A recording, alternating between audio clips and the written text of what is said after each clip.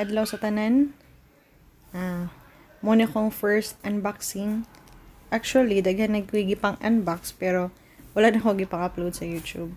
So ato i-unbox karon ang Fujifilm XT200. Daghan naman nag-unboxing ani nag-in-Chick, nag-in-English o nag-Tagalog, so mag-Bisaya ta. So ako ning gi-order through online sa Henry's Camera PH. Courier LBC. So atong i-check kung legit ba or unsa ang nasa sulod.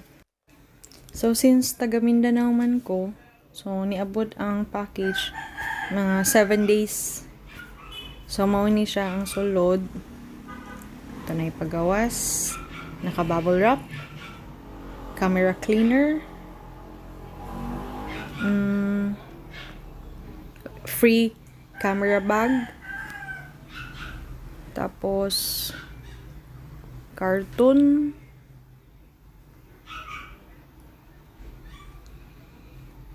manual, receipt, another cartoon. So muna siya, free cleaner, ato free bag, ato i-check ang quality sa bag, then unsa siya kadako, then sa pelayon sulod.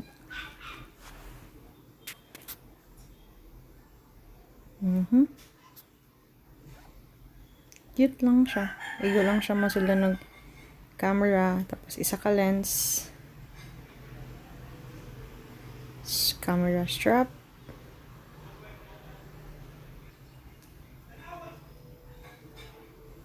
at i-check on sa isulod ani. So mas safe kung mag-slice away sa imong self. So creases man, so wala ta nakapatanggal sa atong gel polish. Atong i-check kung sa napuning nga freebies. Tripod, ay monopod, then tripod. Check na tong quality. Aluminum. Okay, sad ang quality.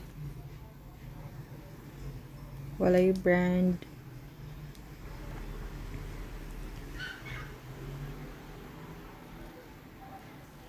Tapos, ang tripod, ligon sad. So, thank you sa freebies. Ka-boring ba na ning unboxing eh. Tapos, i-check na to ang camera na jud.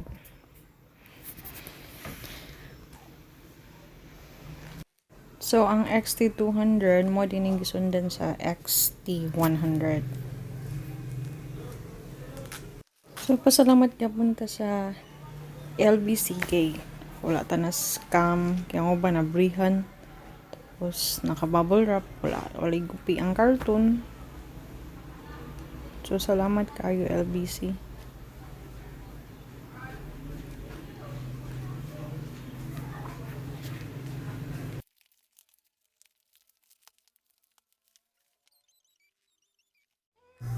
So, ato na i-open kung unsay nasa sud sa carton. So, na siya libre nga SD card, 16 gig, from SanDisk, receipt, warranty card, manual, plus free na head jack adapter, camera strap. So,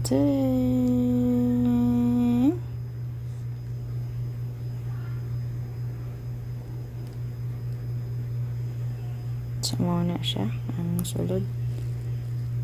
Ang kit lens na 15-45mm.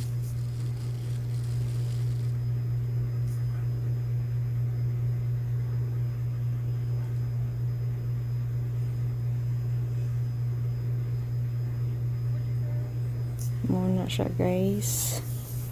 Ang kit lens sa XT200. Tapos ang camera itself. Ding ding ding ding ding ding. Nakasil pa siya.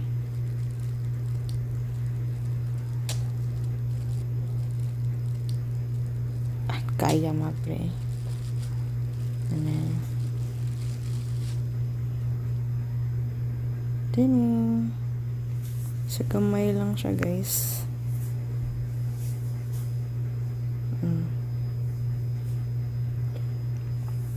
Grabe kagaan. Okay. Plastic lang yung body.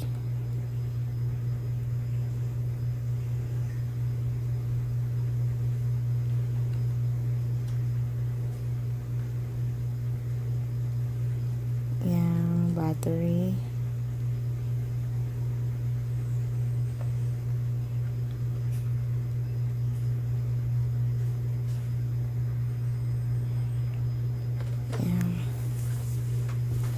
Charger, cable. Sama to. Wala na yung sod.